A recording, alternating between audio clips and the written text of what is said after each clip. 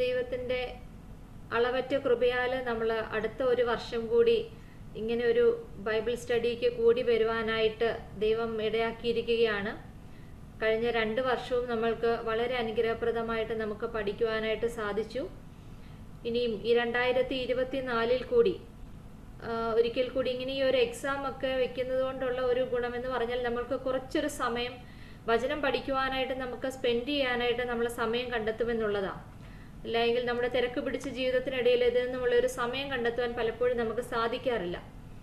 അതുകൊണ്ട് ഞാൻ എല്ലാ തവണയും ഓർപ്പിക്കുന്നത് പോലെ ആദ്യമേ തന്നെ എക്സാം എഴുതാനായിട്ട് ആഗ്രഹിക്കുന്ന എല്ലാവരോടും പറയാനുള്ള ഒരു കാര്യം, ഇത് നമുക്ക് സാധാരണ സെക്യുലറായിട്ട് നമ്മൾ പഠിച്ച ഒരു മാർക്ക് മേടിക്കുക, റാങ്ക് മേടിക്കുക എന്നുള്ളതല്ല നമ്മുടെ പ്രധാന ഉദ്ദേശം. അതിനേക്കാളൊക്കെ ഉപരിയായിട്ട് തിരക്ക് പിടിച്ച ജീവിതത്തിലെ കുറച്ച് സമയം വചനം പഠിക്കുവാനും ബൈബിൾ പഠിക്കുവാനും വിശുദ്ധ വേദപുസ്തകത്തിലെ അറ്റ്ലീസ്റ്റ് ഒരു ലേഖനമെങ്കിലും ഒന്ന് പഠിക്കുവാനായിട്ട് ദൈവം നമുക്ക് തരുന്ന ഒരു വലിയ അവസരമെന്ന് മാത്രം ഇതിനെ കരുതുക. എക്സാം ഉണ്ട്, എക്സാം അതിൻ്റെ മാർക്ക് അതൊക്കെ സെക്കൻഡറി ആണ്. അതിനേക്കാൾ ഉപരിയായിട്ട് നമുക്ക് കുറച്ചൊന്ന് ദൈവത്തോട് അടുക്കുവാനായിട്ടുള്ളൊരു സമയമെന്ന് മാത്രം ഇതിനെ കരുതുക. പരീക്ഷയ്ക്ക് മാർക്ക് കുറഞ്ഞു പോയി റാങ്ക് കിട്ടിയില്ല, അങ്ങനെയുള്ള പ്രയാസങ്ങളൊന്നും ഉണ്ടാകാൻ പാടില്ല. പരീക്ഷയെക്കുറിച്ചുള്ള ഭയം ഇവിടെ ആവശ്യമില്ല. ഇത്തവണ വളരെ സിമ്പിളായിട്ടുള്ള ഒരു സിലബസ് ആണ് തന്നിരിക്കുന്നത്. അതുകൊണ്ട് എങ്ങനെ എക്സാം എഴുതുമെന്ന് പേടിക്കേണ്ട കാര്യമില്ല. വളരെ ചെറിയൊരു ബുക്കാണ്. നമുക്ക് ദൈവം അനുവദിക്കുന്ന പക്ഷം നമുക്കിത് നന്നായിട്ട് പഠിക്കുവാനായിട്ട് സാധിക്കും. അപ്പം അതുകൊണ്ട് ഭയം ആദ്യമേ മാറ്റിവെക്കുക. നമുക്ക് വചനം പഠിക്കുവാനായിട്ട് കിട്ടിയ ഒരു അവസരമെന്ന് മാത്രം ഇതിനെ കൂടുതലായിട്ട് കരുതുക. എക്സാം എന്നുള്ള ഒരു ഫോക്കസ് അല്ല, അതിനേക്കാൾ ഉപരിയായിട്ട് നമുക്ക് അല്പസമയം ദൈവത്തോടു കൂടി ആയിരിക്കാൻ. നമ്മൾ സ്ത്രീകൾ എല്ലാവരും വിവിധ മേഖലകളിലെ തിരക്കാണ്. ഓഫീസിലെ തിരക്ക്, വീട്ടിൽ വന്നാൽ തിരക്ക്, മൊത്തത്തിലെ തിരക്കിനിടയിൽ കുറച്ച് സമയം നമ്മൾ ദൈവത്തിന് വേണ്ടി ചെലവഴിക്കുന്നു. ആദ്യമായിട്ട് തന്നെ ഞാൻ ഓർപ്പിക്കട്ടെ, ഞാൻ അത്ര വലിയ തിയോളജി ഒന്നും എനിക്കറിയാവുന്ന ആളല്ല. നിങ്ങളെയൊക്കെ പോലെ തന്നെയുള്ള ഒരു ആൾ മാത്രമാണ്. പ്രത്യേകിച്ച് എനിക്ക് വേണ്ടി പ്രാർത്ഥിക്കുക. ഇതെടുക്കുമ്പോൾ തെറ്റായ ഒരു വചനം പറയുവാനായിട്ട് ഇടയാകാതെ ദൈവത്തിൻ്റെ ഹിതകരമായ കാര്യങ്ങൾ മാത്രം സംസാരിക്കുവാനായിട്ട് ഇത് ഒരു അനുഗ്രഹപ്രദമായിട്ടുള്ള ഒരു പഠനമായിട്ട് തീരുവാനായിട്ട് എല്ലാവരും പ്രാർത്ഥനയോടുകൂടി ഇരിക്കുക. അതാണ് ഏറ്റവും വളരെ ഇമ്പോർട്ടൻ്റ് ആയിട്ടുള്ള കാര്യം. നമുക്ക് ആദ്യമായിട്ട് തന്നെ എല്ലാവരുടെയും കയ്യിൽ ടെക്സ്റ്റ് ബുക്ക്, വിശുദ്ധ വേദപുസ്തകം ഒക്കെ ഉണ്ടെന്ന് ഞാൻ വിശ്വസിക്കുന്നു. ആദ്യമായിട്ട് നമുക്ക് ഇത്തവണത്തെ സിലബസ് ഒന്ന് റിവൈസ് ചെയ്യാം. അപ്പം ടെക്സ്റ്റ് ബുക്ക് എല്ലാവരുടെയും കയ്യിലുണ്ടെങ്കിൽ പേജ് നമ്പർ 50 ഒന്ന് എടുക്കുക. പേജ് നമ്പർ 50 സിലബസ് തന്നിട്ടുണ്ട്. അപ്പം അതിനകത്ത് സിലബസ് നമുക്ക് നോക്കാം. ആദ്യമായിട്ട് സിലബസിൽ പറയുന്ന കാര്യം എന്താണ്? ഇത്തവണത്തെ ചിന്താവിഷയം എന്താണ്? ചിന്താവിഷയം യേശുവിലേക്ക് നോക്കുക. യേശുവിലേക്ക് നോക്കുക എന്നുള്ളതാണ് ചിന്താവിഷയം. എബ്രായർ 12:1 എന്നാണ് ഇവിടെ കൊടുത്തിരിക്കുന്നത്. നമ്മൾ വിശുദ്ധ വേദപുസ്തകം നോക്കിയാൽ അത് ഓൾമോസ്റ്റ് 12:2 കൂടെ വരുന്നതായിട്ട് നമുക്ക് കാണാൻ സാധിക്കും. അപ്പോൾ ഈ ടെക്സ്റ്റ് ബുക്കിൻ്റെ ഹെഡിങ് ആണ് യേശുവിലേക്ക് നോക്കി ഓട്ടം സ്ഥിരതയോടെ ഓടുക. അത് 12:1 ആസ്പദമാക്കിയിട്ടുള്ള ടൈറ്റിലാണ് കൊടുത്തിരിക്കുന്നത്. അപ്പോൾ ചിന്താവിഷയം യേശുവിലേക്ക് നോക്കുക, എബ്രായർ 12:1. ഇനി അതിനുശേഷം നമുക്ക് പഠിക്കുവാനായിട്ടുള്ളത് ഒരു 10 മനപ്പാഠ വാക്യങ്ങൾ നമുക്ക് പഠിക്കുവാനുണ്ട്. അപ്പോൾ 10 മനപ്പാഠ വാക്യങ്ങൾ ഈ ഓരോ ചാപ്റ്ററിനനുസരിച്ച് വന്നിട്ടുണ്ട്. പിന്നെ അടുത്തതായിട്ട് നമുക്ക് വന്നിരിക്കുന്ന മെയിൻ സിലബസ് എന്ന് പറയുന്നത് ഈ ടെക്സ്റ്റ് ബുക്ക് പഠിക്കുക. അപ്പം ഇതിനകത്ത് നമ്മൾ നോക്കിയാൽ നമുക്കറിയാം 7 ചാപ്റ്റേഴ്സ് ആണുള്ളത്. വളരെ സിമ്പിൾ ആയിട്ടുള്ള 7 ചാപ്റ്റേഴ്സ് ആണുള്ളത്. അതുകൂടാതെ സിലബസിൽ ബാറിട്ട് എബ്രായ ലേഖനമെന്നും കൊടുത്തിട്ടുണ്ട്. അതുകൊണ്ട് നമ്മൾ വിശുദ്ധ വേദപുസ്തകം കൂടി ചേർത്ത് പഠിക്കുവാനായിട്ട് ശ്രമിക്കണം.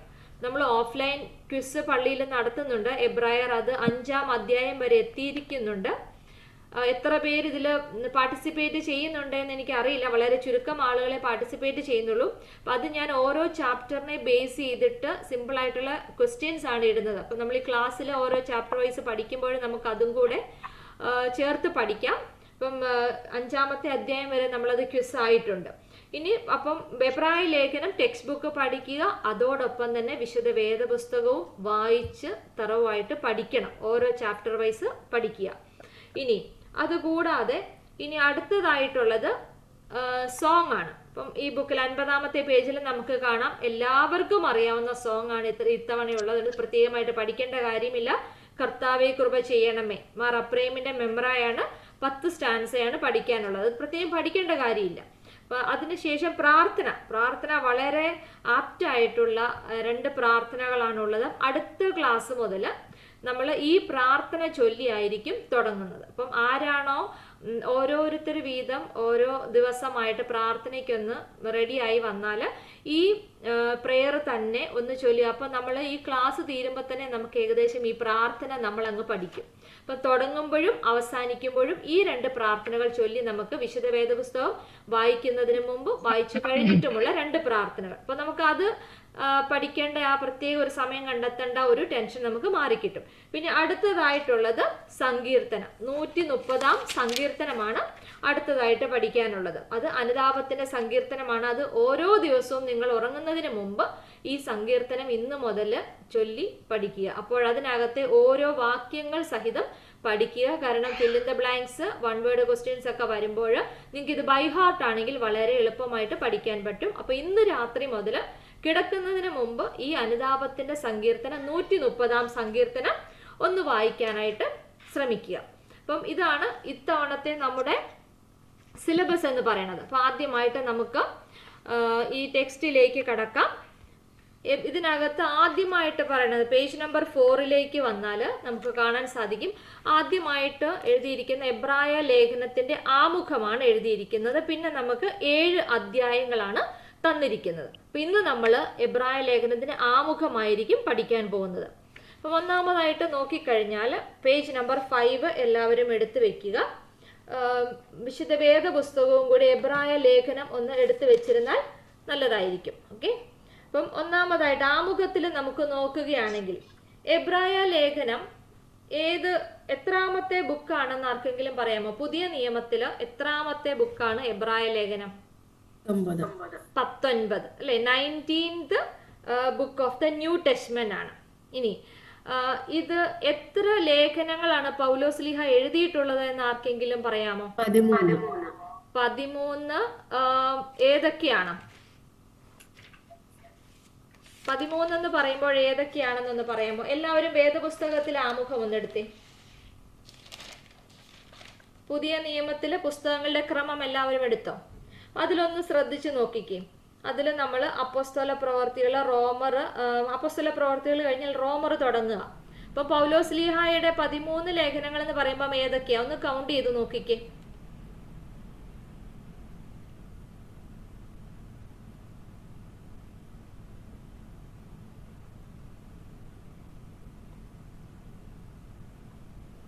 എത്ര വരുന്നുണ്ട്?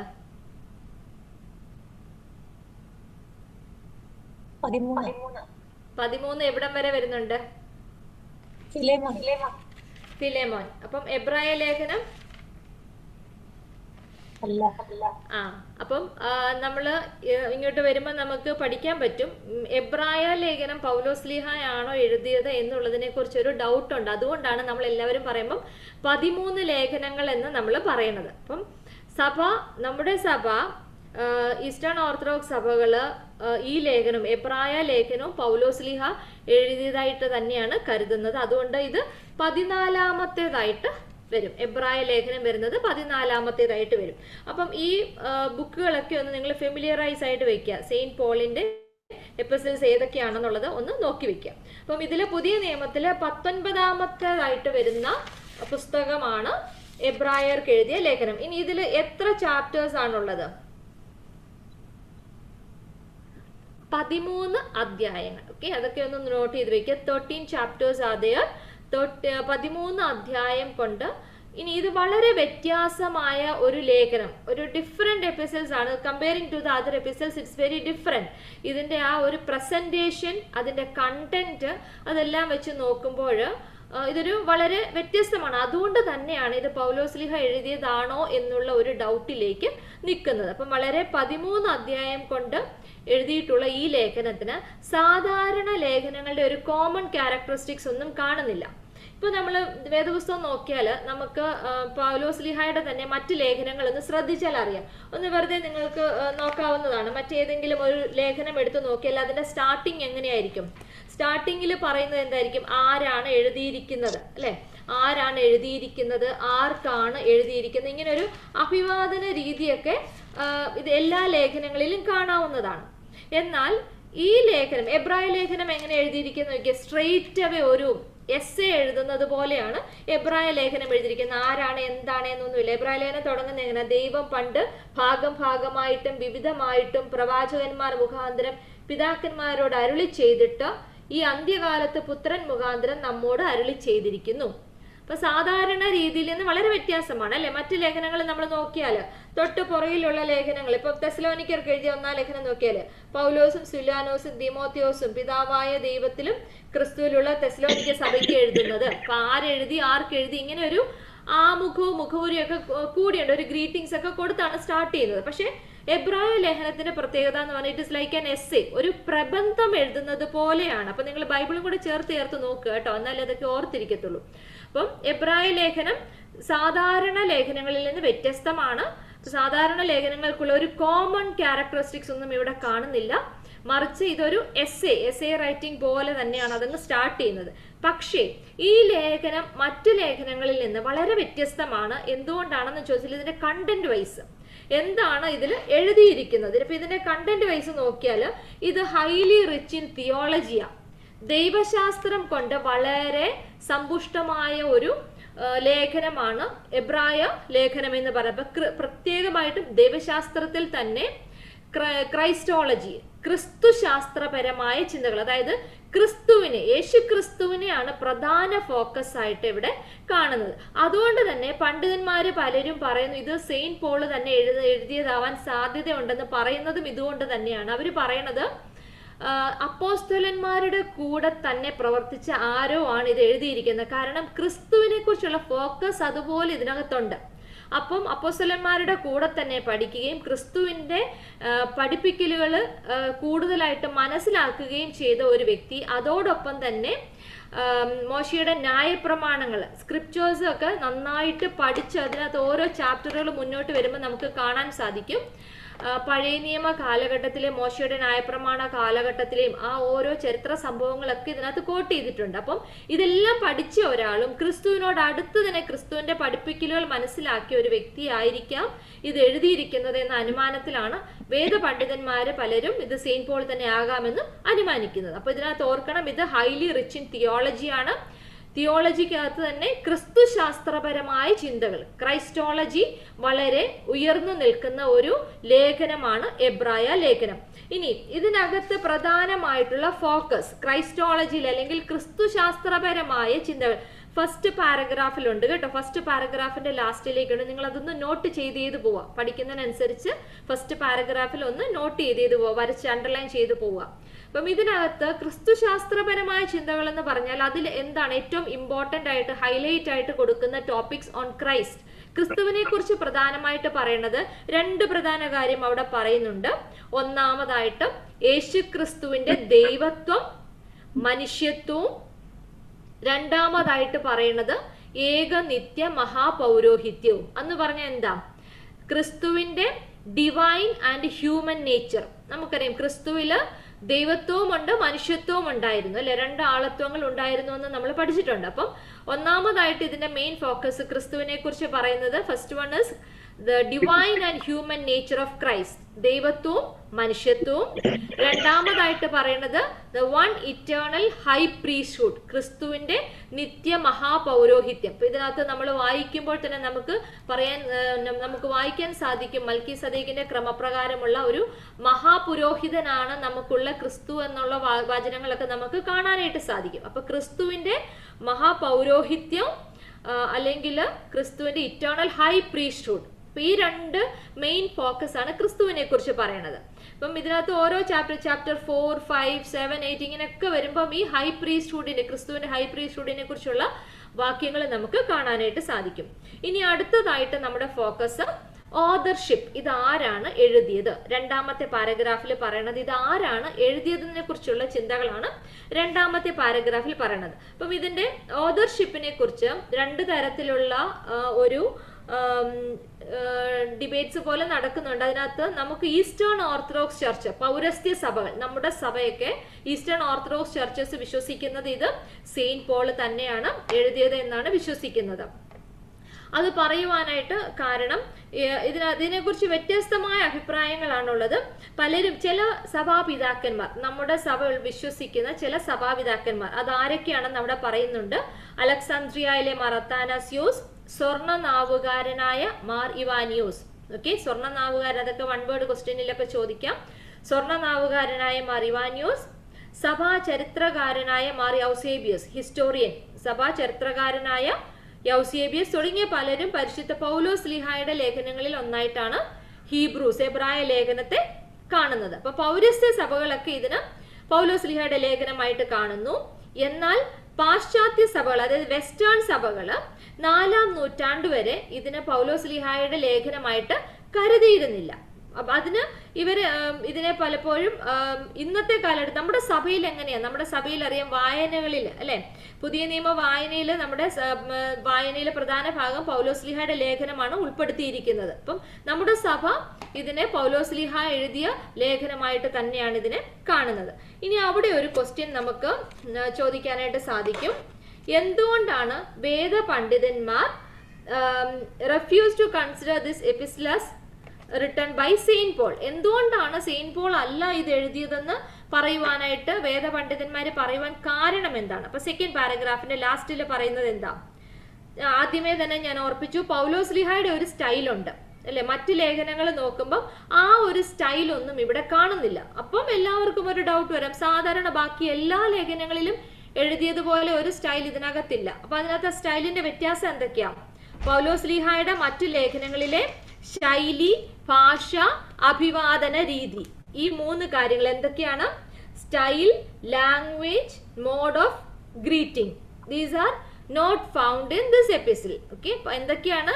ഭാഷാരീതി, ശൈലി ഞാൻ പറഞ്ഞു, ഓരോ ലേഖനങ്ങൾ സ്റ്റാർട്ട് ചെയ്യുമ്പോൾ ഇത് ആർക്ക് വേണ്ടിയാണ് എഴുതുന്നത്, പൗലോസ്ലീഹ എഴുതുന്നതെന്ന് പറഞ്ഞ് അഭിവാദനം ചെയ്താണ് എഴുതുന്നത്. അപ്പൊ അങ്ങനെയുള്ള ഒരു ശൈലിയോ ഭാഷാരീതിയോ ഗ്രീറ്റിംഗ്സോ ഇതിനകത്ത് കാണുന്നില്ല. അതുകൊണ്ട് തന്നെയാണ് ഇത് ഒന്നാമതായിട്ട് ഇത് പൗലോസ്ലീഹ എഴുതിയത് അല്ല എന്ന് പറയുവാനായിട്ടുള്ള ഒന്നാമത്തെ കാര്യം.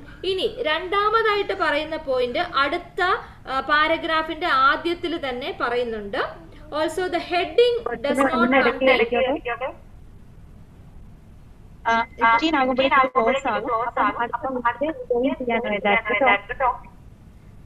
അടുത്ത ലിങ്ക് ഗ്രൂപ്പിൽ ഇടുന്നുണ്ടല്ലോ അല്ലെ?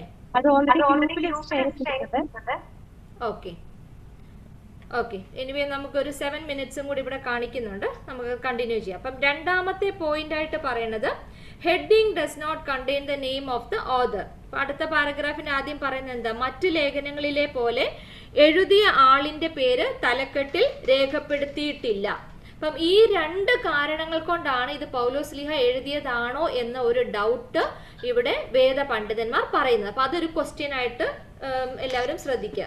എന്തുകൊണ്ടാണ് വേദ പണ്ഡിതന്മാര് ഈ എബ്രായർക്ക് എഴുതിയ ലേഖനം പൗലോസ്ലീഹ അല്ല എന്ന് കരുതുവാനായിട്ട്, അല്ലെങ്കിൽ ഒരു ഡൗട്ട് അവിടെ തോന്നുവാനായിട്ടുള്ള കാരണം എന്താണ്?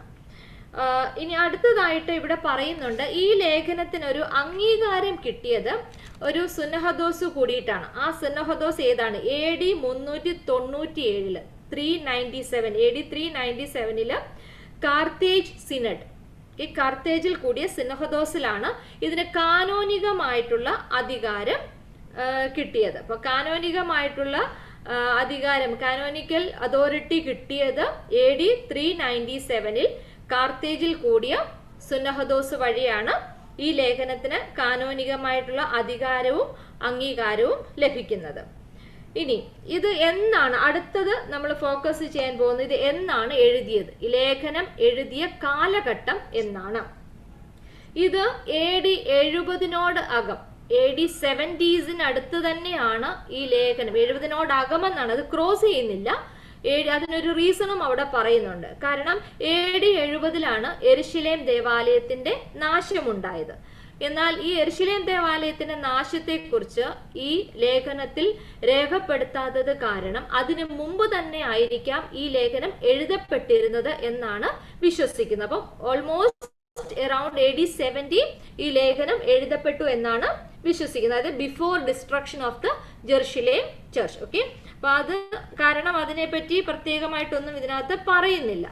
ഇനി അടുത്തതായിട്ട് വളരെ ഇമ്പോർട്ടൻ്റ് ആയിട്ടുള്ള ഒരു ഫോക്കസ് ആണ്, ഇത് ആർക്ക് വേണ്ടി എഴുതപ്പെട്ടു. അപ്പം ആർക്ക് വേണ്ടി എഴുതപ്പെട്ടു എന്ന് നമ്മൾ നോക്കുമ്പോൾ നമുക്ക് കാണാനായിട്ട് സാധിക്കും, ഇതൊരു പ്രത്യേകമായിട്ടൊരു വ്യക്തത ഇവിടെ കാണാനായിട്ട് സാധിക്കുന്നില്ല. ഇവിടെ പലപ്പോഴും ഈ എബ്രായർക്കുള്ള എന്ന പദം കൂടി ചേർത്തത് പോലും 2-ാം നൂറ്റാണ്ടിന്റെ അവസാനത്തിൽ ഇത് ചേർത്തതാണ് എന്നാണ് കരുതപ്പെടുന്നത്. അപ്പം ഇത് ഒരു പൊതുവായിട്ടുള്ള ഒരു പണ്ഡിതന്മാരുടെ അഭിപ്രായത്തിൽ ഇത് ജൂയിഷ് ക്രിസ്ത്യൻസിനെ ഉദ്ദേശിച്ചാണ് എഴുതിയതെന്നാണ് പറയുന്നത്. ഇവിടെയും നമ്മൾ ശ്രദ്ധിക്കേണ്ടത്, പൗലോസ്ലീഹായുടെ മറ്റു ലേഖനങ്ങൾ ശ്രദ്ധിച്ചാൽ നമുക്കറിയാം അതൊക്കെ പ്രധാനമായിട്ട് 2 തരത്തിലുള്ള ആൾക്കാർക്ക് വേണ്ടി എഴുതി. ഒന്നൊരു കോമൺ ചർച്ചസിന് എഴുതി. ആദ്യമായിട്ട് നമ്മൾ റോമൻസ്, കൊരിന്ത്യൻസ്, ഗലേഷ്യൻസ്, എഫേഷ്യൻസ് എന്നൊക്കെ പറഞ്ഞാൽ അവിടെയുള്ള സഭകളായിരുന്നു. കൊരിന്തിലെ സഭ, റോമർക്കുള്ള അവിടുത്തെ സഭകളും, പിന്നെ അതും കൂടുതൽ വിജാതീയരായിട്ടുള്ളവർ സഭയിലേക്ക് കൂട്ടിച്ചേർക്കപ്പെട്ടവര് അവരെങ്ങനെ വിശ്വാസത്തിൽ നിലനിൽക്കണം എന്നുള്ളതിനെ പറ്റിയായിരുന്നു മറ്റു ലേഖനങ്ങൾ. അത് ഓൾമോസ്റ്റ് ആദ്യത്തെ ആ ഒരു 9 ലേഖനങ്ങൾ നോക്കിയാൽ അതൊക്കെ ഈ ചർച്ചസിനെ കുറിച്ചാണ്. അതായത് റോമൻസ് മുതൽ ഒരു 2 തെസ്സലോനിയൻസ് വരെ നോക്കിയാൽ ചർച്ചസിനെ റിലേറ്റഡ് ആയിട്ട് കോമൺ ആയിട്ട് എഴുതിയിരിക്കുന്ന ലേഖനമാണ്. മറ്റേത് കൂടെ നോക്കിയാൽ ചിലർക്ക് ഇൻഡിവിജ്വൽസ് ആയിട്ടുള്ളവർക്ക് എഴുതിയ ലേഖനങ്ങളുണ്ട്. പ്രധാനമായിട്ട് 1 തിമോത്തി, 2 തിമോത്തി, ടൈറ്റസ്, ഫിലേമോൻ, ഇതെന്ന് പറഞ്ഞാൽ ഓരോ ഇൻഡിവിജ്വൽസിന് എഴുതിയതാണ്. അപ്പൊ എന്നാൽ ഹീബ്രൂസിനെ സംബന്ധിച്ചിടത്തോളം ഇത് നേരെ തിരിച്ച വിജാതീയർക്കുള്ളതല്ല. സാധാരണ പൗലോസ്ലീഹ വിജാതീയർക്കുള്ള ലേഖനങ്ങളായിട്ട് അവർ ക്രിസ്തു മതത്തിലേക്ക് വന്നവർക്കുള്ളത് എഴുതിയെങ്കിൽ ഇവിടെ ജൂയിഷ് ക്രിസ്ത്യൻസിനെ, യഹൂദന്മാരായ യഹൂദ ക്രൈസ്തവരെ ഉദ്ദേശിച്ചാണ് ഈ ലേഖനം എഴുതിയിരിക്കുന്നത് എന്നാണ് പറയപ്പെടുന്നത്.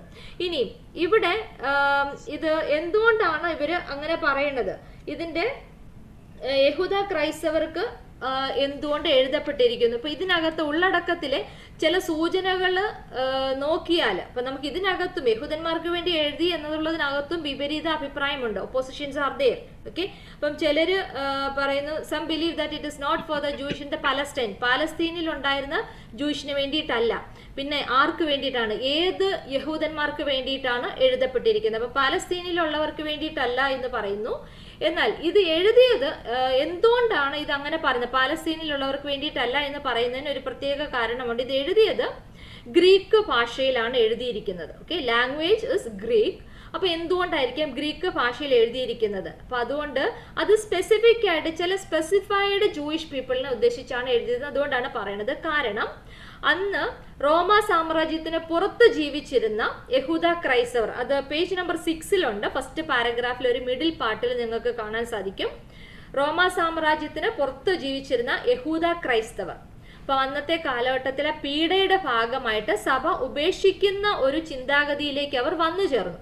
അപ്പൊ അവരെ വീണ്ടും ഈ സഭയിലേക്ക് പിടിച്ചു നിർത്തുക എന്ന ഉദ്ദേശത്തിൽ അവർക്ക് വേണ്ടി ഉദ്ദേശിച്ചാണ് ഈ ലേഖനം എഴുതിയത് എന്നാണ് പ്രത്യേകമായിട്ടുള്ള മതപണ്ഡിതന്മാരുടെ ഒരു നിഗമനത്തിലേക്ക് എത്തുന്നത്. അപ്പം ഉള്ളടക്കത്തിലെ സൂചനകൾ അനുസരിച്ച് യെരുശലേമിലെ സാഹചര്യത്തിലോട് ഇത് കാണുന്നില്ല. കാരണം യെരുശലേമില് ഓൾറെഡി എക്സിസ്റ്റിംഗ് ആയിട്ടുള്ള യഹൂദന്മാർക്ക് വേണ്ടിയിട്ടല്ല, മറിച്ച് റോമ സാമ്രാജ്യത്തിന് പുറത്ത് ജീവിച്ചിരുന്ന യഹൂദന്മാർ അവർ ഈ പീഡകൾ വളരെ അനവധിയായിട്ട് വന്നപ്പോൾ ക്രിസ്ത്യാനിറ്റി ലീവ് ചെയ്യാനായിട്ടുള്ള ഒരു സാഹചര്യം വന്നപ്പോൾ അവരെ പിടിച്ചു നിർത്തുവാനായിട്ടുള്ള ഒരു പ്രത്യേക ടീച്ചിങ് ആണ് എബ്രായ ലേഖനത്തിൽ കാണുന്നത് എന്നാണ് പറയുന്നത്. അപ്പൊ ഏത് യഹൂദ ക്രിസ്ത്യൻസിന് വേണ്ടിയിട്ടാണ് ഈ ലേഖനം എഴുതിയത്? അങ്ങനെ ഒരു ക്വസ്റ്റ്യൻ ഉണ്ടാകാൻ സാധ്യതയുണ്ട്. ഓക്കെ, അപ്പം അതിന്റെ ഉദ്ദേശം അല്ലെങ്കിൽ ലക്ഷ്യമാണ് പ്രധാനമായിട്ട് ഈ ലേഖനം എഴുതിയതിന്റെ ഉദ്ദേശം എന്താണ്, അല്ലെങ്കിൽ ആർക്ക് വേണ്ടി ഈ ലേഖനം എഴുതപ്പെട്ടു? ഇങ്ങനെ 2 ക്വസ്റ്റ്യൻസ് ഇവിടെ നമുക്ക് എക്സ്പെക്ട് ചെയ്യാം. അപ്പൊ ഇതിന്റെ ഉദ്ദേശം എന്ന് പറഞ്ഞാൽ എന്താണ്? റോമ സാമ്രാജ്യത്തിന് പുറത്ത് ജീവിച്ചിരുന്ന യഹൂദ ക്രൈസ്തവർ പീഡയുടെ ഫലമായി ക്രൈസ്തവ സഭ ഉപേക്ഷിക്കുന്ന ചിന്താഗതിയിൽ അവരെ സഭയിൽ ഉറപ്പിച്ചു നിർത്തുവാനുള്ള ആഗ്രഹത്തിൽ അവരെ ഉദ്ദേശിച്ചാണ് എഴുതിയത്. അപ്പൊ അതാണ് ഉദ്ദേശം. ഇനി 1 മിനിറ്റ് ആണുള്ളത്. അപ്പൊ അടുത്ത ലിങ്ക് നിങ്ങളൊന്ന് കണക്ട് ചെയ്യുക. ഇപ്പൊ ഇത് തീർന്നു കഴിയുമ്പോൾ ഈ മീറ്റിംഗ് എൻഡ് ചെയ്യുമ്പോൾ അടുത്ത ലിങ്കിലേക്ക് കയറുക. അപ്പം അവരെ ഉദ്ദേശിച്ചാണ് ഈ ലേഖനം എഴുതിയത് എന്നുള്ളതാണ് ലേഖനത്തിന്റെ ഉദ്ദേശത്തെ കുറിച്ച് പറയുന്നത്, അല്ലെങ്കിൽ റീസൺ ഫോർ റൈറ്റിംഗ്. ഓക്കെ, ഇനി ഇതിനകത്ത് പഴയ നിയമത്തിലെ ചില വാക്യങ്ങളും സൂചനകളും ഒക്കെ ഇതിനകത്ത് വളരെ അധികമായിട്ട് കോട്ട് ചെയ്തിട്ടുണ്ട്. പേജ് നമ്പർ 6-ല് മിഡിൽ ഭാഗത്താണ് നമ്മൾ എത്തിയിരിക്കുന്നത്. അപ്പം ഈ ലേഖനവും പഴയ നിയമവുമായിട്ടുള്ള ഒരു ലിങ്ക്, എന്താണ് ആ റിലേഷൻ. അപ്പം പഴയ നിയമത്തിലെ ചില വാക്യങ്ങളും സൂചനകളും അത് എത്ര ഇടങ്ങളിൽ പറയുന്നുണ്ട്, അവിടെ 30 ഇടങ്ങളെന്നൊരു പ്രത്യേകമായിട്ടൊരു നമ്പർ കൊടുത്ത് ജസ്റ്റ് ഒന്ന് നോട്ട് ചെയ്തോളുക. എബ്രായ ലേഖനത്തിൽ പഴയ നിയമത്തിലെ വാക്യങ്ങളും സൂചനകളും എത്ര ഇടങ്ങളിൽ ഉപയോഗിച്ചിട്ടുണ്ട്. അപ്പം 30 ഇടങ്ങളിലാണ് മൊത്തത്തിൽ അത് ഉപയോഗിച്ചിരിക്കുന്നതായിട്ട് കാണാനായിട്ട് സാധിക്കും. ഓക്കെ, ഇനി ഇവിടെ പ്രധാനമായിട്ട്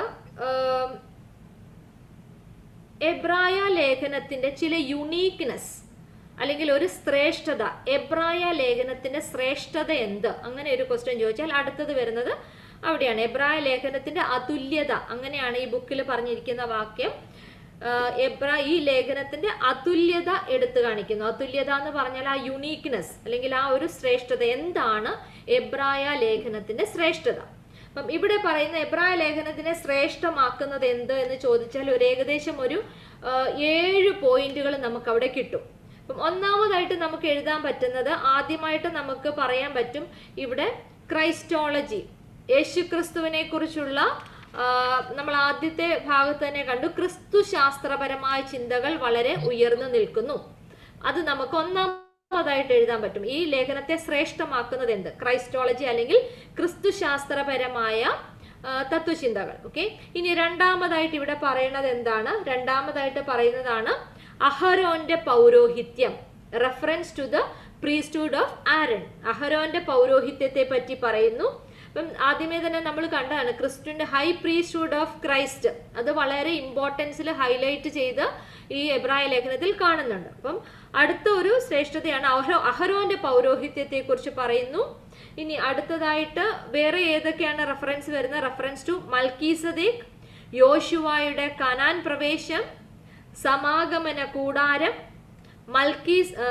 യാഗങ്ങൾ, പഴയ നിയമ വിശ്വാസ വീരന്മാർ തുടങ്ങിയ പല വിഷയങ്ങളും ഇവിടെ എടുത്തു കാണിക്കുന്നുണ്ട്. അപ്പം ഏതൊക്കെയാണ് എടുത്തു കാണിക്കുന്നത് എന്ന് ഒന്ന് പറയുക. Reference to the priesthood of Aaron, അതുപോലെ മൽക്കീസദേക്ക്, യോശുവയുടെ കനാൻ പ്രവേശം, സമാഗമന കൂടാരം. ഇതൊക്കെ പഴയ നിയമത്തിൽ പറയുന്ന കാര്യങ്ങളാണ്. സമാഗമന കൂടാരം, യാഗങ്ങൾ, പഴയ നിയമ കാലഘട്ടത്തിലുള്ള യാഗങ്ങളെ കുറിച്ചുള്ള എക്സ്പ്ലനേഷൻസ് വരുന്നു. പിന്നെ പഴയ നിയമത്തിലെ വിശ്വാസ വീരന്മാർ തുടങ്ങിയ പല വിഷയങ്ങളും ഇതിനകത്ത് എടുത്തു കാണിക്കപ്പെടുന്നു എന്നുള്ളത് എബ്രായ ലേഖനത്തിന്റെ ഒരു വളരെ പ്രത്യേകതയായിട്ടാണ് കാണുന്നത്. ഓക്കെ, അപ്പം ഇംഗ്ലീഷ് ബൈബിളിൽ ഇംഗ്ലീഷ് ടെക്സ്റ്റ് ബുക്ക് പഠിക്കുന്നവർ നിങ്ങൾ ആ വേർഡ്സുകളൊന്നും നോക്കുക. Priesthood of Aaron, Melchizedek, Joshua's entry into Canaan, the tent of meeting, sacrifices, the heroes of faith in old testament. അപ്പൊ രണ്ടാമതായിട്ട് നമ്മൾ കാണുന്നത് ഓൾഡ് ടെസ്റ്റ്മെന്റുമായിട്ടുള്ള ആ ഒരു എബ്രായ ലേഖനത്തിന്റെ ഒരു കണക്ഷൻ, അതാണ് രണ്ടാമത്തെ ശ്രേഷ്ഠത. ഇനി മൂന്നാമതായിട്ട് നമുക്ക് കാണാൻ സാധിക്കുന്നത് എന്താണ്? ഇനി വിശുദ്ധ വേദപുസ്തകത്തിൽ മറ്റൊരിടത്തും രേഖപ്പെടുത്താത്ത സത്യങ്ങളും മർമ്മങ്ങളും എബ്രായ ലേഖനത്തിൽ കാണപ്പെടുന്നു. അതാണ് മൂന്നാമത്തെ ശ്രേഷ്ഠത എന്ന് പറഞ്ഞാൽ എന്താണ്? The truth and mysteries which are not recorded anywhere in the Bible which is written in this epistle. Okay, എബ്രായ ലേഖനത്തിൽ മറ്റൊരിടത്തും കാണപ്പെടാത്ത രേഖപ്പെടുത്താത്ത ചില സത്യങ്ങളും മർമ്മങ്ങളും, അത് ഈ ക്രിസ്തുവിന്റെ ദൈവത്വവും മനുഷ്യത്വവും കൂടെ ചേർന്നുള്ള അങ്ങനെയുള്ള ഇമ്പോർട്ടൻ്റ് ആയിട്ടുള്ള വിശ്വാസപരമായിട്ടുള്ള ചില മർമ്മങ്ങളാണ് പ്രധാനമായിട്ട് എബ്രായ ലേഖനത്തിൽ കാണുന്നത്. ക്രൈസ്റ്റോളജി അത്രയും ഇമ്പോർട്ടൻ്റ് ആയിട്ട് ഫോക്കസ് ചെയ്തിരിക്കുന്നതുകൊണ്ടാണ് ഇത് പറയുന്നത്. വിശുദ്ധ വേദപുസ്തകത്തിൽ മറ്റൊരിടത്തും രേഖപ്പെടുത്താത്ത സത്യങ്ങളും മർമ്മങ്ങളും എബ്രായ ലേഖനത്തിൽ കാണുന്നു. അതാണ് മൂന്നാമത്തെ പോയിന്റ്. ഇനി നാലാമത്തെ പോയിന്റ് എന്താണ്? ഇനി അടുത്തതായിട്ട് നമ്മൾ ആദ്യമേ തന്നെ പറഞ്ഞ കാര്യമാണ് യേശുക്രിസ്തുവിന്റെ മനുഷ്യത്വത്തെ സംബന്ധിച്ച കാര്യങ്ങൾ വെളിപ്പെടുത്തുന്നത് മാത്രമല്ല, അത് പ്രാക്ടിക്കൽ ലൈഫിൽ എങ്ങനെ നമുക്ക് അതിനെ പ്രായോഗികമാക്കാം എന്ന രീതികളെ കുറിച്ച് പരാമർശിക്കുകയും ചെയ്യുന്നുണ്ട്. Okay, so that is the fourth point, reveals the matters regarding the human nature of Jesus Christ.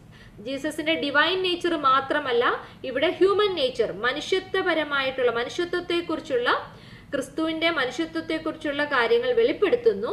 അതോടൊപ്പം തന്നെ അവിടെ നമുക്ക് ഇതെങ്ങനെ പ്രാക്ടിക്കൽ നമ്മുടെ ഹ്യൂമൻ ലൈഫിൽ പ്രാക്ടീസ് ചെയ്യാൻ പറ്റും. How to practise it in our human life എന്ന കുറെ പ്രായോഗികമായിട്ടുള്ള എക്സ്പ്ലനേഷൻസ് കൂടി എബ്രായ ലേഖനം നൽകുന്നുണ്ട്. അത് ഇതിനെ 4th പോയിന്റ് ആയിട്ട് എബ്രായ ലേഖനത്തിനെ ശ്രേഷ്ഠമാക്കുന്നു. ഇനി അടുത്തത് 5th പോയിന്റ്. അടുത്തതായിട്ട് പറയുന്നത് എന്താണ്? ഇനി ഇത് ആദ്യമേ ഫസ്റ്റ് ഇമ്പോർട്ടൻ്റ് ആയിട്ട് നമ്മൾ എബ്രായ ലേഖനം പഠിക്കുമ്പോൾ മുഴുവനും നമ്മുടെ ഫോക്കസ് ഓർക്കണം, യേശുക്രിസ്തുവിനെയാണ് ഹൈലൈറ്റ് ചെയ്ത് ഇതിനകത്ത് കാണിക്കുന്നത്. യേശുക്രിസ്തുവിനോട് പ്രാർത്ഥിക്കേണ്ടതിന്റെ ആവശ്യകത. ഓക്കെ, അതാണ് അടുത്ത സമയം. യേശുക്രിസ്തു ദൈവമാകിയാൽ മനുഷ്യർ അദ്ദേഹത്തെ ആരാധിക്കുകയും അദ്ദേഹത്തോട് പ്രാർത്ഥിക്കുകയും ചെയ്യണം. അപ്പൊ ക്രിസ്തുവിനോട് നമ്മൾ പ്രാർത്ഥിക്കേണ്ടതിന്റെ ആവശ്യകതയാണ് ഇവിടെ കാണിക്കുന്നത്. Okay, it instruct we must pray to Jesus and worship him since Jesus is God. അതാണ് അടുത്ത അഞ്ചാമത്തെ പോയിന്റ് ആയിട്ട് എബ്രായ ലേഖനത്തെ ശ്രേഷ്ഠമാക്കുന്നത്. അടുത്തടുത്ത് തന്നെ ആ പോയിന്റുകളുണ്ട് കേട്ടോ. ഇനി അടുത്തത് 6ാമത്തെ പോയിന്റ് പറയണത് വിശ്വാസ പരിത്യാഗത്തിന്റെ ഭയാനകമായ അവസ്ഥയെക്കുറിച്ച് ലേഖനത്തിൽ ചിത്രീകരിക്കുന്നു. ഇപ്പൊ നമ്മളിത് ആദ്യമേ കണ്ടു, ഇത് ആർക്ക് വേണ്ടിയാണ് എഴുതിയത് അല്ലെ? ആ യഹൂദന്മാർ, റോമാ സാമ്രാജ്യത്തിന് പുറത്ത് ജീവിച്ചിരിക്കുന്ന യഹൂദന്മാർ പീഡകൾ കാരണം വിശ്വാസത്തെ വിടാനായിട്ട് ശ്രമിക്കുന്നു. അവരെ എൻകറേജ് ചെയ്യാനായിട്ടുള്ള രീതിയിലാണ് ഇത് എഴുതിയത്. അതുകൊണ്ടാണ് ഇവിടെ പറയണത് വിശ്വാസ പരിത്യാഗം ചെയ്തു കഴിഞ്ഞാൽ, വിശ്വാസത്തിൽ നിന്ന് നമ്മൾ പിന്മാറിക്കഴിഞ്ഞാൽ അതിനുണ്ടാകുന്ന the terrifying state. Okay, the terrifying state of apostasy. Apostasy എന്ന് പറഞ്ഞാൽ അതാണ് ഇംഗ്ലീഷ് വാക്കിൽ പറയുന്ന apostasy, that is turning away from faith. അപ്പൊ അതിന്റെ ഒരു ടെറിഫൈങ് ഭയാനകമായ അവസ്ഥ നമ്മുടെ ഉള്ള വിശ്വാസത്തിൽ നിന്ന്, ക്രിസ്തുവിൽ നമ്മൾ വിശ്വസിച്ചു, ദൈവത്തിൽ വിശ്വസിക്കുന്നു, ആ വിശ്വാസത്തിൽ നിന്ന് നമ്മളെ പിന്നോട്ട് പോകുമ്പോഴുണ്ടാകുന്ന ആ അവസ്ഥ, അത് ഭയാനകമായ അവസ്ഥ എന്നാണ് ഈ ഹീബ്രൂസിന്റെ ലേഖനത്തിൽ പറയുന്നത്. അത് ഇതിനെ ശ്രേഷ്ഠമാക്കുന്ന 6ാമത്തെ പോയിന്റ് ആണ്. ഇനി 7ാമത്തെ പോയിന്റ് ആയിട്ട് ഇതിനെ ശ്രേഷ്ഠമാക്കുന്ന 7ാമത്തെ പോയിന്റ് ആയിട്ട് കാണുന്നത് ആ പേജ് നമ്പർ 6ന്റെ ലാസ്റ്റ് ഭാഗത്തുള്ള ലൈൻ ഉണ്ട്. പ്രായോഗിക ജീവിതത്തിൽ പ്രാക്ടിക്കൽ ലൈഫിനെ കുറിച്ച് കൂടുതലായിട്ടും പറയുന്നുണ്ട് അല്ലെ? നമ്മൾ കൂടുതലും വിശ്വാസവും തിയോളജിയും പഠിച്ചു കഴിഞ്ഞിട്ട് നമുക്കത് എങ്ങനെ നമ്മുടെ പ്രാക്ടിക്കൽ ലൈഫിലോട്ട് ആക്കാൻ പറ്റിയില്ല എങ്കിൽ ഇതുകൊണ്ട് പ്രയോജനമില്ല. കാരണം നമ്മളൊക്കെ മനുഷ്യരാണ്. അപ്പൊ മനുഷ്യർക്ക് നമ്മൾ ഈ പഠിക്കുന്ന തിയോളജി എങ്ങനെ അത് പ്രാക്ടിക്കൽ ലൈഫിലേക്ക് കൊണ്ടുവരിക, അത് ഇവിടെ എക്സ്പ്ലെയിൻ ചെയ്യുന്നുണ്ട്. അപ്പൊ അതിവിടെ പ്രായോഗിക ജീവിതത്തിലേക്ക് വേണ്ട ചില പ്രധാന ഗുണങ്ങളെ കുറിച്ച് ഇവിടെ പറയുന്നുണ്ട്. നമ്മുടെ പ്രാക്ടിക്കൽ ലൈഫിൽ പ്രധാന ഇമ്പോർട്ടൻസ് കൊടുക്കേണ്ട ചില കാര്യങ്ങളാണ്. ഒന്നാമത് അതിഥി സൽക്കാരം. ഓക്കെ, എന്താണ് ഹോസ്പിറ്റാലിറ്റി, അതിഥി സൽക്കാരം. ദെൻ മിതത്വം, നമുക്ക് വളരെ ഇമ്പോർട്ടൻ്റ് ആയിട്ട് സ്വീകരിക്കാൻ പറ്റുന്ന ചില ടീച്ചിങ്സുകളാണ് ഇതൊക്കെ. മിതത്വം, മോഡറേഷൻ. അടുത്തത് വിവാഹ ജീവിതത്തിലും ബ്രഹ്മചര്യത്തിലുമുള്ള പവിത്രത. അതായത് നമ്മൾ വൺസ് വി ആർ മാരീഡ്, ആ ജീവിതത്തിൽ നമ്മൾ കൊടുക്കേണ്ടതായിട്ടുള്ള ആ ഒരു പവിത്രത, സാങ്ക്ടിറ്റി ഇൻ മാരീഡ് ലൈഫ്, അതാണ് ഏറ്റവും. അതുപോലെ തന്നെ ബ്രഹ്മചര്യമാണെങ്കിൽ, ഇപ്പം ചിലര് വിവാഹ ജീവിതം നയിക്കാത്തവർ ബ്രഹ്മചര്യത്തിലാണെങ്കിൽ പോലും അതിനകത്തുണ്ടാകേണ്ട പവിത്രത, അതിന്റെ ഇമ്പോർട്ടൻസിനെ കുറിച്ച് പറയുന്നു. അടുത്തതായിട്ട് പരസ്പരമുള്ള പ്രാർത്ഥനയുടെ കൂട്ടായ്മ, പ്രാർത്ഥനയിലുള്ള കൂട്ടായ്മ. ഓക്കെ, അതൊക്കെ നമുക്ക് പ്രാക്ടിക്കൽ ലൈഫിന് ആവശ്യമാണ്.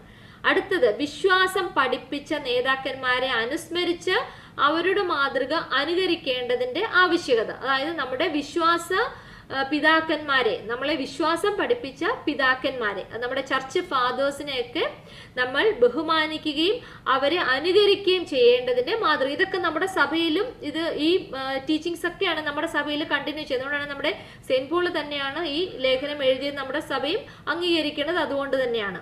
ഓക്കെ, ഇനി അടുത്തത് സമാധാനത്തിന്റെയും ശാന്തിയുടെയും പ്രാധാന്യം. നമ്മുടെ ജീവിതത്തിന് പ്രാക്ടിക്കൽ ലൈഫിന് വേണ്ട എല്ലാ കാര്യങ്ങളും അവിടെ ഓൾമോസ്റ്റ് എല്ലാ ഇമ്പോർട്ടൻ്റ് ആയിട്ടുള്ള മേഖലകളും അവിടെ ഹൈലൈറ്റ് ചെയ്യുന്നുണ്ട്. അപ്പൊ അതാണ് 7ാമത്തെ പോയിന്റ് എന്ന് പറയുന്നത്. അപ്പൊ ഇങ്ങനെ 7 പോയിന്റുകളാണ് എബ്രായ ലേഖനത്തെ ശ്രേഷ്ഠമാക്കുന്നത്. നല്ലൊരു ഇമ്പോർട്ടൻ്റ് ആയിട്ടൊരു ക്വസ്റ്റ്യൻ ആണ്, എപ്പോഴും ഓർത്തിരിക്കുക. നമുക്ക് ഒന്നുകൂടെ ഒന്ന് റിവൈസ് ചെയ്യാം എളുപ്പമെന്ന്. ആദ്യമായിട്ട് നമ്മൾ കണ്ടത് ക്രൈസ്റ്റോളജി. ഓക്കെ, ക്രിസ്തുവിനെ കുറിച്ചുള്ള യേശു ക്രിസ്തു അല്ലെങ്കിൽ ക്രിസ്തുപരമായ ക്രിസ്തുശാസ്ത്രപരമായ ചിന്തകൾ, ക്രൈസ്റ്റോളജി. രണ്ടാമത് പറഞ്ഞത് റെഫറൻസ് ടു ദ പ്രീസ്റ്റ്ഹുഡ്, അഹ്റോന്റെ പൗരോഹിത്യം, മൽക്കിസദേക്ക്, യോശുവയുടെ കനാൻ പ്രവേശനം, സമാഗമന കൂടാരം, യാഗങ്ങൾ, പഴയ നിയമത്തിലെ വിശ്വാസ വീരന്മാർ എന്നിവരെ കുറിച്ചൊക്കെയുള്ള കാര്യങ്ങൾ വളരെ വിശദമായിട്ട് ഇതിനകത്ത് പ്രതിപാദിച്ചിരിക്കുന്നു. മൂന്നാമതായിട്ട് നമ്മൾ കണ്ടത് മറ്റെങ്ങും പറയാത്ത ചില വിശ്വാസ സത്യങ്ങൾ, അത് സത്യങ്ങളും മർമ്മങ്ങളും എബ്രായ ലേഖനത്തിൽ എഴുതിയിരിക്കുന്നു. നാലാമതായിട്ട് നമ്മൾ എന്താണ് പറഞ്ഞിരിക്കുന്നത്? ക്രിസ്തുവിന്റെ മനുഷ്യത്വത്തെക്കുറിച്ച് പറഞ്ഞിരിക്കുന്നു. അതുപോലെ തന്നെ അത് ആ ക്രിസ്തുവിന്റെ മനുഷ്യത്വം നമുക്ക് അതെങ്ങനെ പ്രാക്ടിക്കൽ ലൈഫിലേക്ക് കൊണ്ടുവരാൻ സാധിക്കും എന്നതിനെ കുറിച്ച് പറയുന്നു. 5-ാമതായിട്ട് പറയുന്നു, നമ്മൾ എന്താണ് നാം എന്തിനാണ് ക്രിസ്തുവിന് വേണ്ടി പ്രാർത്ഥിക്കുകയും ചെയ്യേണ്ടതിന്റെ importance, worship him as he is the God എന്നുള്ള ഒരു തിയോളജി അവിടെ തരുന്നു. 6-ാമതായിട്ട് പറയുന്നത് വിശ്വാസ പരിത്യാഗത്തിന്റെ ഭയാനകത, അല്ലെങ്കിൽ അവിടെ ടെറിഫൈങ് സ്റ്റേറ്റ് ഓഫ് അപ്പോസ്റ്റയാണ് പറയുന്നത്. 7-ാമതായിട്ട് പറയുന്നു പ്രാക്ടിക്കൽ ലൈഫിൽ നമുക്ക് വേണ്ട ചില പ്രധാന കാര്യങ്ങൾ. അവിടെ കുറെ കാര്യങ്ങളാ 7-ാമത്തെ പേജിലേക്ക് കടക്കുന്നത് വരെ അവിടെ കുറച്ച് പോയിന്റുകളാണ് അവിടെ പറഞ്ഞിരിക്കുന്നത്. ഈ 7 പോയിന്റുകൾ പ്രത്യേകമായി ഓർത്തിരിക്കുക. എബ്രായ ലേഖനത്തെ ശ്രേഷ്ഠമാക്കുന്ന 7 പോയിന്റുകളാണ്. ഇനി അടുത്തതായിട്ട് അവിടെ വേറൊരു കാര്യം കൂടി പറയുന്നു. ഇങ്ങനെ പ്രാക്ടിക്കൽ ലൈഫിന് വേണ്ട ഇങ്ങനത്തെ കാര്യങ്ങളൊക്കെ പറഞ്ഞു കഴിഞ്ഞിട്ട് അത് എങ്ങനെയാണ് ലേഖനം അവസാനിക്കുന്നത്? വാഴ്വുകൾ നൽകിയാണ് ലേഖനം അവസാനിക്കുന്നത്. നമുക്ക് ലാസ്റ്റത്തേക്ക് വരുമ്പോൾ നിങ്ങൾക്ക് കാണാൻ സാധിക്കും, വാഴ്വുകൾ നൽകിയാണ് ഈ ലേഖനം അവസാനിക്കുന്നത്. ഇനി അടുത്തതായിട്ട് നമുക്ക് വരാം, the main subject or theme of this episode. ഈ ലേഖനത്തിന്റെ പ്രധാന വിഷയവും പ്രമേയവും എന്ത്? 7-ാം പേജിൽ 2-ാമത്തെ പാരഗ്രാഫ് തന്നെയുണ്ട്. എന്താണ് പ്രധാന വിഷയവും പ്രമേയവും? യേശുവിനെ ശ്രദ്ധിച്ചു നോക്കുക. നമ്മുടെ ചിന്താ വിഷയവും അത് തന്നെയാണ്, അങ്ങനെ ഓർത്താൽ മതി. എബ്രായ ലേഖനത്തിന്റെ പ്രധാന വിഷയവും പ്രമേയവും തന്നെയാണ് നമ്മുടെ ചിന്താ വിഷയമായിട്ട് എടുത്തിരിക്കുന്നത്. യേശുവിനെ ശ്രദ്ധിച്ച് നോക്കുക. Look closely at Jesus. Look closely at Jesus, അതാണ് 1-ാമത്തെ വിഷയം. 2-ാമതായിട്ടുള്ള പ്രധാന വിഷയം എന്ന് പറയുന്നത് പൂർണ്ണതയിലേക്ക് വളരുക. അതിന്റെ അടുത്ത് തന്നെയുണ്ട്, പൂർണ്ണതയിലേക്ക് വളരുക. ഗ്രോത്ത് ഇൻ ടു പെർഫെക്ഷൻ, അതാണ് 2-ാമത്തെ point, growth into perfection. ഇനി അടുത്തത് 3-ാമത്തെ പ്രധാനമായിട്ടുള്ള ടോപ്പിക്കാണ് പറയുന്നത്. പ്രധാന വിഷയം ദൈവവുമായിട്ടുള്ള ബന്ധത്തിലേക്ക് ഒരാൾക്ക് എങ്ങനെ പ്രവേശിക്കാം എന്നാണ്. How an individual can enter into a relationship with God. ഇങ്ങനെ 3 കാര്യങ്ങളാണ് പ്രധാന വിഷയവും പ്രമേയവുമായിട്ട് അവതരിപ്പിക്കപ്പെട്ടിരിക്കുന്നത്. ഏതൊക്കെയാണ് പ്രധാന വിഷയങ്ങൾ? ലുക്ക് ക്ലോസ്ലി അറ്റ് ജീസസ്, യേശുവിനെ ശ്രദ്ധിച്ചു നോക്കുക എന്നാണ് ഏറ്റവും പ്രധാനമായ വിഷയം.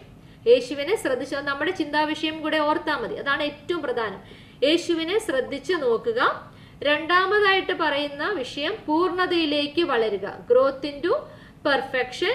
3-ാമതായിട്ട് പറയുന്നത് ദൈവവുമായിട്ടുള്ള ബന്ധത്തിലേക്ക് ഒരാൾക്ക് എങ്ങനെ പ്രവേശിക്കാം, how an individual can enter into a relationship with God. ഈ 3 കാര്യങ്ങളാണ് മെയിൻ സബ്ജക്റ്റ് അല്ലെങ്കിൽ തീം എന്നൊക്കെ ചോദിച്ചാൽ, അല്ലെങ്കിൽ പ്രധാന വിഷയം, പ്രധാന പ്രമേയം എന്ത് ഇങ്ങനെ ചോദിച്ചാൽ ഈ 3 പോയിന്റുകളാണ് നമുക്ക് എഴുതേണ്ടത്.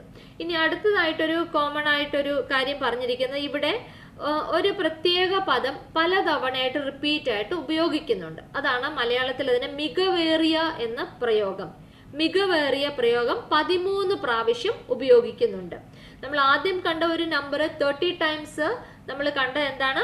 പഴയ നിയമത്തിലെ വാക്യങ്ങളും സൂചനകളും ഏകദേശം 30 ഇടങ്ങളിൽ കാണുന്നുണ്ട്. നമ്മൾ പഠിച്ചു 30 ഇടങ്ങളിൽ. ഇത് 13 ആണ്. 13 എന്നാൽ മികവേറിയ എന്ന പദം ഒരു 13 പ്രാവശ്യങ്ങളായിട്ടൊക്കെ ഉപയോഗിച്ചിട്ടുണ്ട്. അത് ഏതൊക്കെയാണ് ആ വാക്കുകൾ എന്ന് പറഞ്ഞാൽ അതാണ് ടേം സുപ്പീരിയർ. ഓക്കെ, അതാണ് ഇംഗ്ലീഷിൽ ടേം സുപ്പീരിയർ 13 ടൈംസ് യൂസ്ഡ്. അത് ഏതൊക്കെയാണ്? മികവേറിയ യാഗം, മികവേറിയ പുനരുദ്ധാനം, മികവേറിയ ഉടമ്പടി, മികവേറിയ മധ്യസ്ഥൻ എന്നിങ്ങനെ പലയിടങ്ങളിലും ഈ മികവേറിയ എന്ന പദങ്ങൾ ഒരു 13 ടൈംസ് യൂസ് ചെയ്തിട്ടുള്ളതായിട്ട് പറയുന്നു.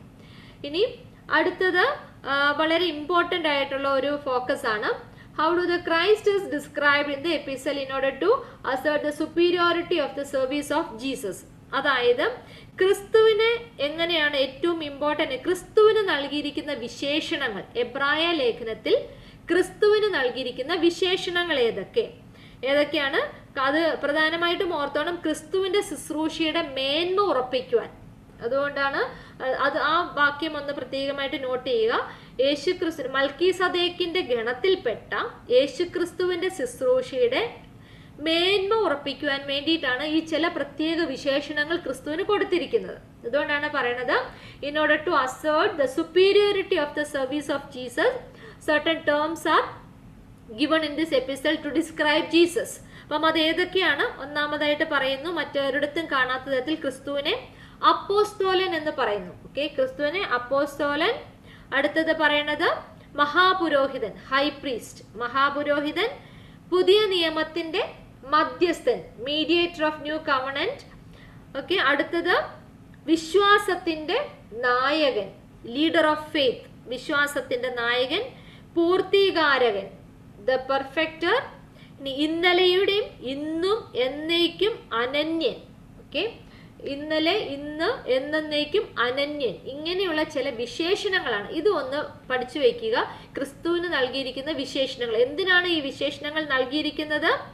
മൽക്കീസദേക്കിന്റെ ഗണത്തിൽപ്പെട്ട യേശു ക്രിസ്തുവിന്റെ ശുശ്രൂഷയുടെ മേന്മ ഉറപ്പിക്കുന്ന, അല്ലെങ്കിൽ സുപ്പീരിയോറിറ്റി ഓഫ് ക്രൈസ്റ്റ്, അത് കാണിക്കുക. നമ്മൾ ആദ്യമേ തന്നെ പഠിച്ച ഇമ്പോർട്ടൻ്റ് ആയിട്ടുള്ള ഒരു ചിന്തയാണ് ഇതിനകത്ത് ക്രിസ്തുവിന്റെ ഹൈ പ്രീസ്റ്റ്ഹുഡ്, അല്ലെങ്കിൽ ക്രിസ്തുവിനാണ് മെയിൻ ഫോക്കസ് എബ്രായ ലേഖനത്തിൽ കൊടുത്തിരിക്കുന്നത്.